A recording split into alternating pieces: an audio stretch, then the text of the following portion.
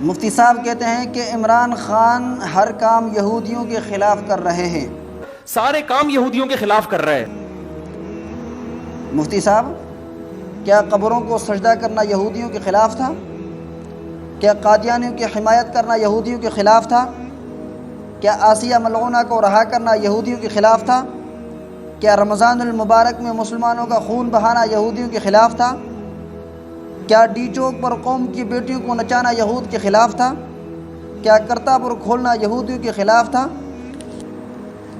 آگے مفتی صاحب کہتے ہیں کہ جی عمران خان صاحب کی ہر اچھے کام کی تعویل کرنا قیامت کے دن گلے پڑ سکتی ہے۔ عمران خان کے ہر اچھے کام کی جس طرح سے تعویل کی جا رہی ہے نا، یہ تعویل قیامت کے دن گلے پڑ سکتی ہے۔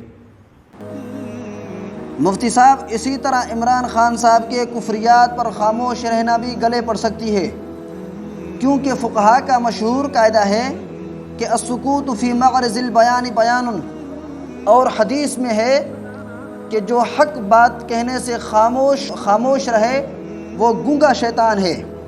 کیا عمران خان میں یہ گمراہیاں اور خامیاں نہیں؟ اگر ہیں تو قوم کو آگاہ کرو۔ اسی منبر پر بیٹھ کر عمران خان صاحب کی کفریات کو امت کے سامنے رکھو۔ مفتی صاحب، کیا رضا بالمعصیت معصیت نہیں؟ کیا قرآن کی آیت لولا ینہاہم الربانیون والاحبار عن قولہم الاثم واکلہم السحت لبئس ما کانوا یصنعون، کیا یہ آیت آپ کے سامنے نہیں؟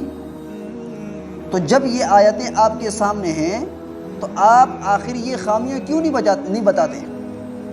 آخر آپ کو خاموشی کیوں لاحق ہے؟ کس چیز نے آپ کو خاموش کیا مفتی صاحب؟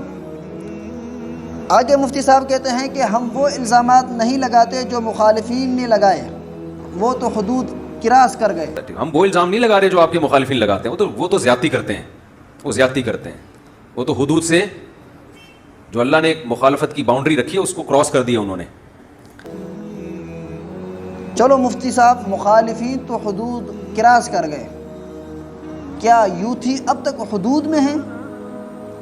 ذرا اس پر بھی لب کشائی کیجئے۔ تو مفتی صاحب، آپ کہتے ہیں کہ یہ مخالفین کے الزامات ہیں، ہم کہتے ہیں کہ عمران خان نے قبر کو سجدہ کیا اور قبر کو سجدہ کرنا یہ شرک ہے، کیا یہ الزام ہے؟ ہم کہتے ہیں کہ عمران خان نے قادیانی کی حمایت کی، کیا یہ الزام ہے؟ ہم کہتے ہیں کہ نصاب سے ختم نبوت کی شقیں نکالی، کیا یہ الزام ہے؟ ہم کہتے ہیں کہ عمران خان صاحب نے صحابہ کی گستاخی کی، کیا یہ الزام ہے؟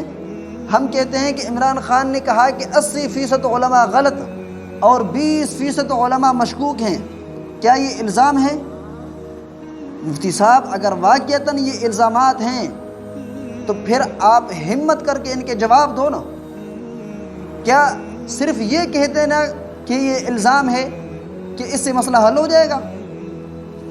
مفتی صاحب، جب آپ خود تسلیم کر چکے ہیں کہ سیاست آپ کا شعبہ نہیں، یہ میرا شعبہ نہیں ہے، نہ مجھے اس کے لیے بہت نالج چاہیے، اندر گھسنا پڑے گا، دیکھنا پڑے گا کیا ہو رہا ہے، تو پھر آپ کو کیسے معلوم ہوا کہ یہ الزامات ہیں؟ بقول آپ کے کہ سیاست آپ کا شعبہ نہیں اور سیاسی علماء پر آپ کو بھروسہ نہیں، تو مفتی صاحب آخر آپ کو کیسے معلوم ہوا کہ یہ الزامات ہیں؟ بالفرض ہم مانتے ہیں کہ جی یہ الزامات ہیں، مگر مفتی صاحب آپ کا یہ کہنا کہ مخالفین الزام لگاتے ہیں، یہ بھی ایک طرح کا الزام ہے۔ ہمیں تو الزام سے روکتے ہو اور خود ہم پر الزام لگاتے ہو۔ اتأمرون الناس بالبر وتنسون انفسکم وانتم تتلون الکتاب،